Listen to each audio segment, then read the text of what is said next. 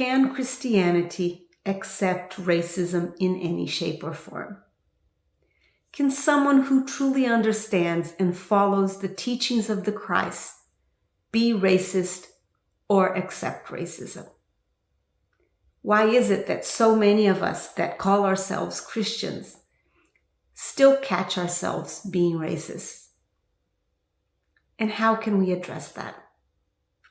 Today's conversation, we are going to try to answer these questions in light of the teachings brought to us by the spirits in Spiritism, especially in the Gospel according to Spiritism and the Spirit's Book.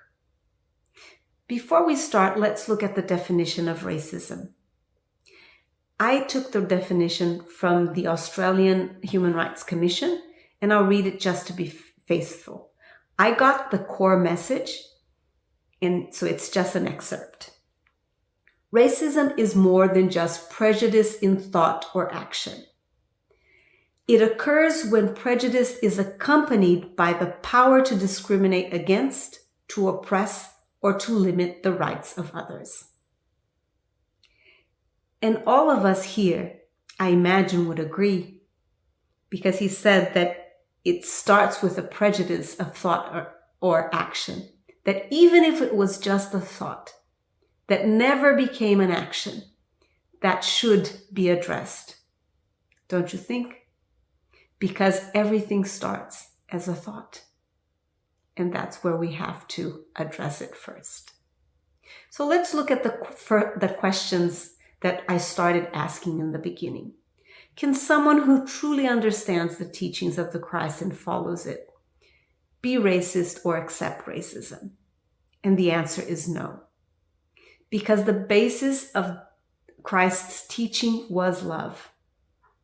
If we look at the Gospel according to Spiritism in chapter 11, where they talk about love thy neighbor as thyself, and that is a passage where Jesus was asked what the greatest commandment would be.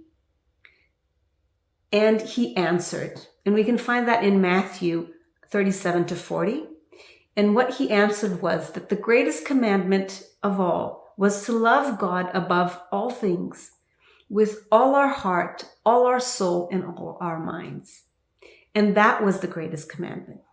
But there was a second that was similar to that one, that was like that one. And that would be to love our neighbors as ourselves. And he also added that all the law and prophets were contained in those two commandments.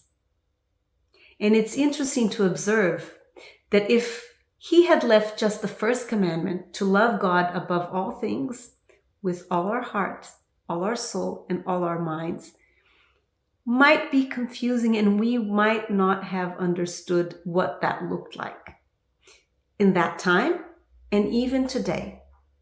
So what is it? What does it mean to love God above all things? So Jesus brought that closer to our understanding by saying that there was a second commandment that was like the first, which was to love thy neighbor as thyself. So we can demonstrate our love to God by loving our neighbor as we do ourselves. And this golden rule, that people call it the golden rule, it can be found in many different faiths. So if we search on the internet, the golden rule in different faiths, we will see how that same teaching comes or shows up in the different faiths with slightly different words. And I brought a few so we can have a look at what I mean. So in Christianity, we already discussed, but there's another passage in Matthew 7:12 that says, "In everything, do unto others what you would have them do unto you. For this sums up the law and the prophets." But if we look at Buddhism, and that's in Udana Varga 5:18, "Do not offend others as you would not want to be offended." Islam, Prophet Muhammad, "None of you are true believers until you love for your brother what you love for yourself." Judaism, Hillel Talmud Sabbat 31a. What is hateful to you, do not do to your neighbor. This is the whole Torah. All the rest is commentary. Isn't that interesting? So all the rest is commentary. So love is the whole Torah and all the rest is commentary. Confucianism, Anacletus 1523. Confucius said, "Do not do to others what you do not want them to do to you." Taoism, that can be found in Tai Shang Kan Yang Pian 213 to 218. Regard your neighbor's gain as your own gain, and your neighbor's loss as your own loss. And Jainism, and this I might read wrong, so please forgive me. Mahavira Sutra Kritanga. One should treat all creatures in the world as one would like to be treated. So beautiful, isn't it, how the message of love flows throughout all these different faiths with the same idea but in different words. So why is it then that so many of us that call ourselves Christians still feel some sort of racism, or are racist in thought or in action? So let's look at this time at the Spirit's book. We understand when the spirits talk about the law of progress, that everything in the universe is progressing, isn't it? In question 115 of the Spirit's book, the spirits tell us that God creates all spirits simple and ignorance.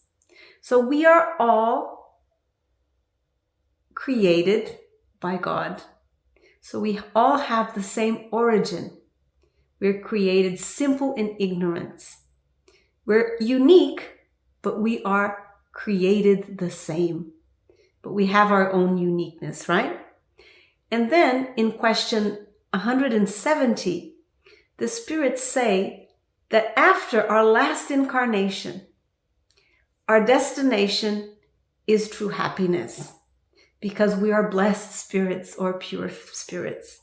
So we came from the same origin, and we will reach the same destination. So what's happening in between that we are identifying our main differences, and we are judging people for these differences? So what's happening there?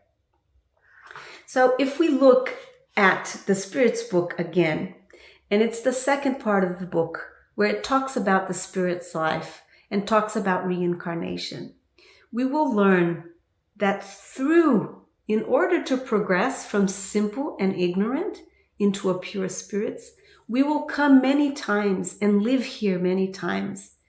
And during this process, and this is very important to understand, that during this process, we will incarnate in different cultures, different countries, different races, different genders, and sometimes even different planets.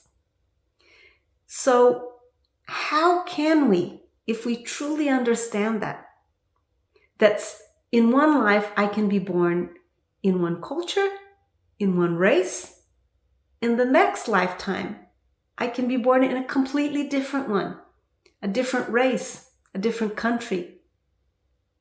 If we fully understand that we are constantly in different positions to learn and to grow and to develop, just that understanding would end all kinds of prejudice, all kinds of racism or sexism or any kind of ism, any kind of prejudice would end just with that knowledge.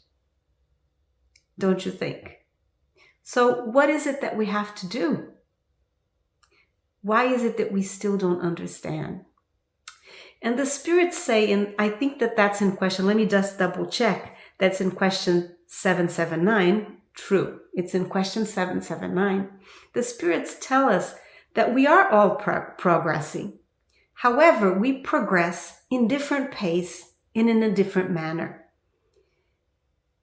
Depending on the use of our free will and the choices that we make, we might progress in a certain manner differently one from another. They also add, and that's in 780, question 780, they also add that moral progress is not always linked or compatible, like doesn't happen at the same time as intellectual progress. So it's possible that we develop our intelligence and understanding of things, but morally, we still aren't there. We're still developing and trying to put into practice something that we understand, perhaps just intellectually. So when it comes to the teachings of the Christ or of the higher spirits through Spiritism, it's not sufficient to just understand mentally. We really have to start putting that into practice in our own lives. And that's where we identify in ourselves, sometimes despite understanding and doing our very best, and I'm talking about people who are doing their very best to put that into practice, we still catch ourselves saying something or thinking something that might be racist. And that is not okay. And what we have to do is to change that. And in question 919 in the Spirits book, Kardec and his team asked the spirits, what is the most efficient way to improve in this lifetime? And the spirits answer, that is to know ourselves. So if we really want to change and we really want to end racism, especially amongst Christians, because that does not make any sense and it's not acceptable, we have to look into ourselves and understand, am I racist in any shape or form? Is it through thought? Is it through action? Why is it? And start transforming that through our logic and through our hearts. So if we, because ideally we would transform our capacity of loving others and understanding that in essence, we're all the same in the eyes of God.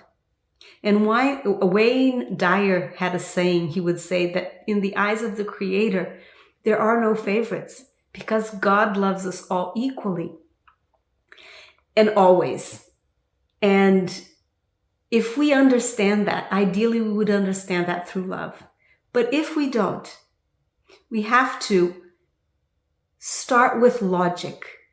So if we understand the implications of reincarnation and the fact that we were created all equal, simple in ignorance, and through our different lifetimes we incarnate in different situations, in different races, in one life and another, and that our destination is the same, which is perfection and true happiness and becoming a blessed and pure spirit, if we start utilizing this logic to support our transformation, to end once and for all any kind of racism that might be within us and around us. So thank you very much for your time. This is what I had to bring, and I hope to see you another time. Thank you.